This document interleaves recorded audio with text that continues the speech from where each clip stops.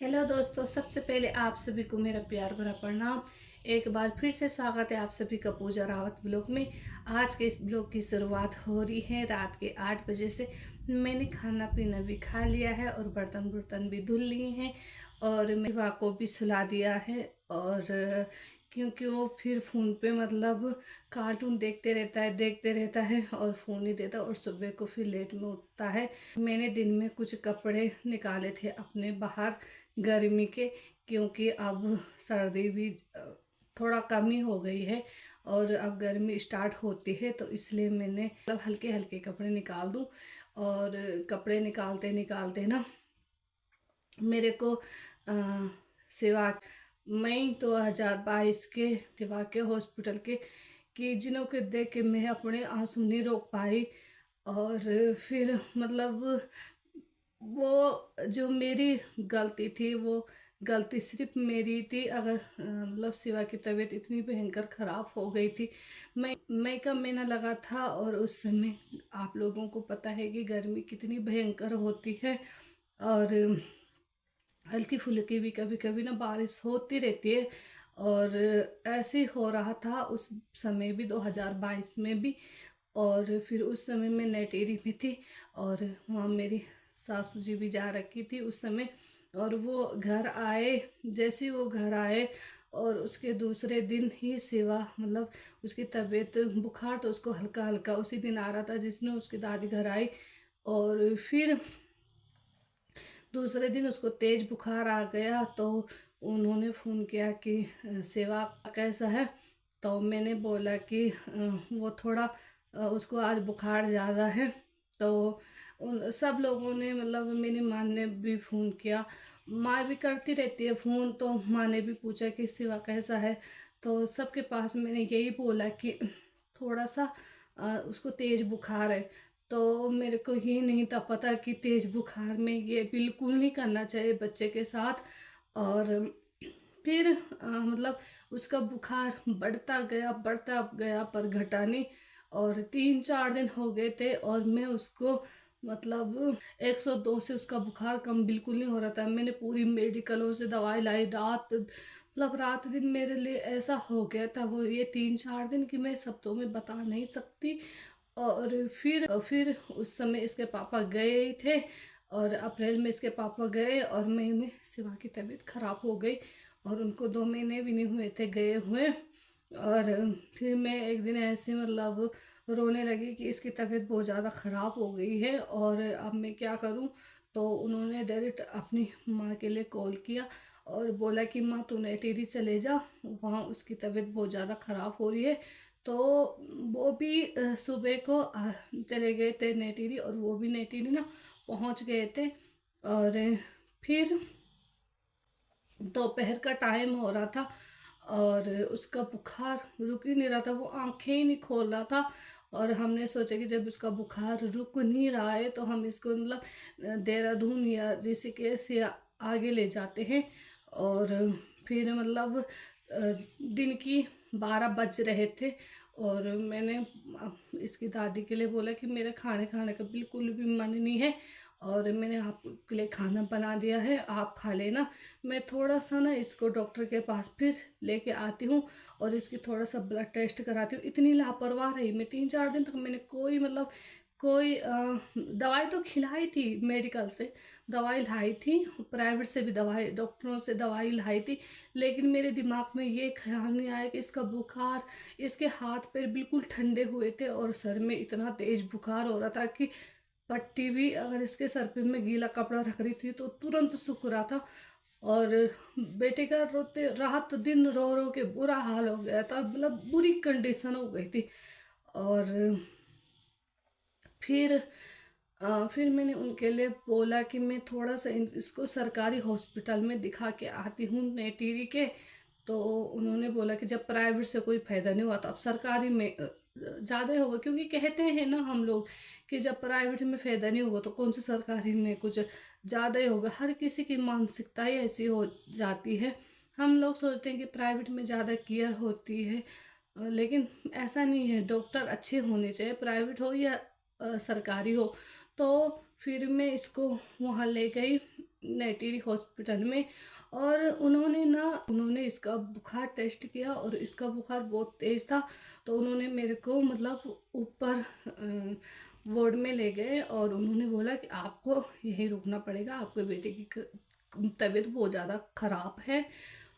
और फिर मैं डर गई कि तबीयत ऐसे कैसे ख़राब है। उन्होंने बोला कि आपके साथ कोई और भी आ रखा है। तो मैंने बोला मेरे साथ कोई नहीं है।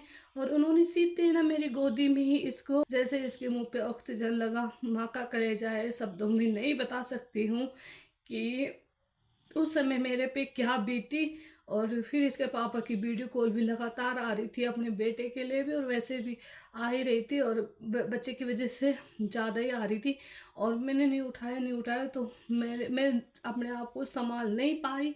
और मैंने इसके पापा के लिए सीधे इसके मतलब वीडियो कॉल पे बता दिया कि उन्होंने शिवा को यहाँ भर्ती कर दिया है। और तो मैं रोने लगी, अब मेरे साथ कौन है, ये होता ही है, क्योंकि मैं डर गई थी बहुत भयंकर। उसके बाद दोस्तों क्या हुआ, इसकी नानी के लिए कॉल की और उनके लिए बोला कि गाड़ी वहाँ से गाड़ी बुक करो, और मेरी बहन के लिए बोला कि उसको नेटेरी भेज दो। और वो वहाँ भर्ती हो गया। और वो बेचारी दोपहर के 2 बजे वहाँ से निकली और 3 बजे तक नेटेरी हॉस्पिटल में पहुँच गई थी। जो उसने सिवा के लिए किया वो शायद अपनी मौसी कर सकती हैं, अपनी ही बहन कर सकती हैं। और फिर वो उसने उसने एक कटोरे में, एक टिफिन में, इतना टिफिन मेरी माँ का ना भात दे रखा था गांव से, और थोड़ा सा साग दे रखा था। और एक बोतल पे, जो छोटी बिसलेरी की बोतल होती है, उस पे मट्ठा दे रखी थी। और जो छोटी वाली कोल्ड ड्रिंक की बोतल होती है उसमें दूध दे रखा था। और फिर वो गई और उसने देखा ये वहाँ पे भर्ती हो रखा है शिवा। फिर वो भी रोने लगी और पूरी रात भर ये वहाँ, मतलब उस दिन तो मैम ने चेक नहीं किया शिवा को, उस दिन उसकी टेस्टिंग ही हो चल रही थी। पहले उसका ब्लड टेस्ट हुआ, फिर उसकी एक्सरे हुई, फिर उसका एक्सरे होने के बाद उसके 2-3 टेस्ट और हुए। और फिर मतलब ऐसे उसके टेस्ट होते रहे। और फिर दूसरे दिन सुबह को जैसी मैम आई, और मैं तो बोलती हूँ वो डॉक्टर अगर उस हॉस्पिटल में नहीं होती उस दिन, तो मेरे बच्चे के साथ पता नहीं क्या हो जाता। ये मैं बोल रही हूँ, सरकारी हॉस्पिटलों की बात कर रही हूँ मैं। और फिर मेरे को मेमो का नाम तो नहीं है पता, लेकिन इसको आईसीयू में शिफ्ट करना पड़ेगा। और जैसे ही मैंने ये सुना कि इसको आईसीयू में शिफ्ट करना पड़ेगा, तो मैं रो रो के ऐसी रोने लगी वहाँ पे कि मत पूछो। मैं अपने मतलब होश में ही नहीं थी उस समय, मैंने अपना पूरा होश ही खो दिया था। और मैंने बोला इसके साथ ऐसा क्यों होता है। और जब उन्होंने देखा कि इसकी माँ ज़्यादा मतलब इमोशनल हो रही है, तो उन्होंने बोला कि मैम हम इसको आईसीयू में नहीं, इसको हम बेबी वार्ड में ले जा रहे हैं। बेबी वार्ड बोला उन्होंने, बेबियों का वार्ड होता है, वहाँ ले जा रहे हैं। और तो मैं मान गई, चलो ठीक है। और शिवा को उसकी मौसी ने बैक बुक को मैं उसकी मौसी पहले ले गई और शिवा को भी ले गई। और मेरे को इतना पता ही नहीं चला कि मैं आईसीयू में जा रही हूँ। तो मैंने जब आईसीयू में जाने के लिए अलग चप्पल होती है, अलग कपड़े होते हैं, और वहाँ किसी को जाना भी वैसे अलाउड नहीं होता, सिर्फ मरीज जा सकता है और मरीज के साथ एक और जा सकता है। और जैसे ही मैंने टी टी टी जितनी भी मशीनें थी ना वो जब मेरे को तब तक होश भी नहीं था ढंग से। मैंने सोचा बच्चों का कोई मतलब बच्चों का अलग तरीके से होता होगा, वहाँ बच्चे को वहाँ बच्चे का ट्रीटमेंट चलता होगा।